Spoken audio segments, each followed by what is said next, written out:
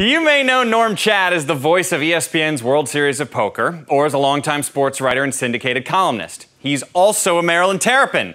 Plus, as you'll see, he's a real ray of sunshine and optimism. Speaking of sunshine, Norm had our LA correspondent, Jeff Cesario, who is our correspondent in, beautiful LA, meet him for this interview in apparently some secret underground bunker. Thanks, Mike. I'm here with the Maryland alum who's more curmudgeonly than Larry David, the great Norm Chad. Now, did you make it all 4 years through Maryland? 5.5, yes. 5.5. Oh, you were in the 5.5-year program. Yeah, well, I lost a semester to parking tickets, so I was thrown out of school because I did not pay parking tickets. Parking tickets. What did you drive? I drove a Plymouth Horizon. Was that the party van for Maryland football back then? It only could fit half a keg in it. It was very small. Ah, yeah. So pretty much you and a couple of guys from the frat? No, people I pick up hitchhiking. I'm not getting ready from a frat. Do I look like I'm part of the Greek system? You pick people up hitchhiking on University Boulevard. You've worked some Big Ten press boxes. You think? You may have even slept in some. You think? I do, actually. I do believe maybe you've slept in some. The third smartest thing I did in my life is after I first You've quantified the smartest things you've done in your life. Of course. All right. I have a lot of spare time. Third. Okay.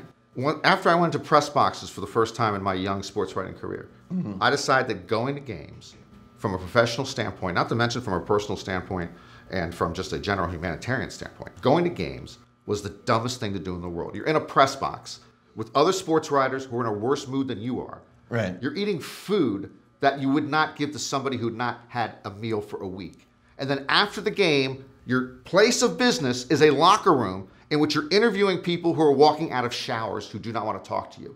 It's the worst place to conduct business in America. So I decided at a very young age, after my first Big Ten press box, or my first any type of press box, is that I'm going to do this from my home. In fact, let me tell you something that you don't know. I was blogging. There's a lot of things today I don't know. I was blogging before there were bloggers. Get that down. It's blocking my camera angle. Okay. I do all the work from home. I watch on TV. I don't go out to any game at any point since 1981. Head coach DJ Durkin comes from Michigan. What's the DJ stand for? The DJ actually stands for defensive genius. And the story behind Is that the academic requirements at Maryland now? Well, okay. There's some talk that there was a typo on the birth certificate. And there's some talk that his parents did not know how to spell genius and they misspelled it. And so it should be DG Durkin because it is for defensive genius. Really? And he is a defensive genius. I think it's for damn juicy. That's what I'm going with. He's not damn juicy. He's a good coach. He's never lost a college game. He didn't lose at Florida. He coached briefly at Florida. He has not lost at Maryland. I'm going to name a program. You tell me what you think of him in 5 words or less. Michigan. Hate him. Ohio State. Hate him. Purdue. Never think of them. Never think of them. Well done. Words. Minnesota. They're nice people. Michigan State. They're not Michigan. Iowa. FarmersOnly.com. Wisconsin. My heart goes to Wisconsin. Beautiful people. Thank you. Yes. That was so nice. Maryland. I lost my virginity at Maryland. Okay, that'll be cut.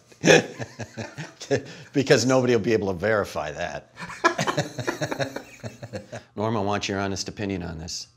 Maryland at Penn State. I'll give you an honest opinion, actually. We have to go to Unhappy Valley, and we know that's Unhappy Valley.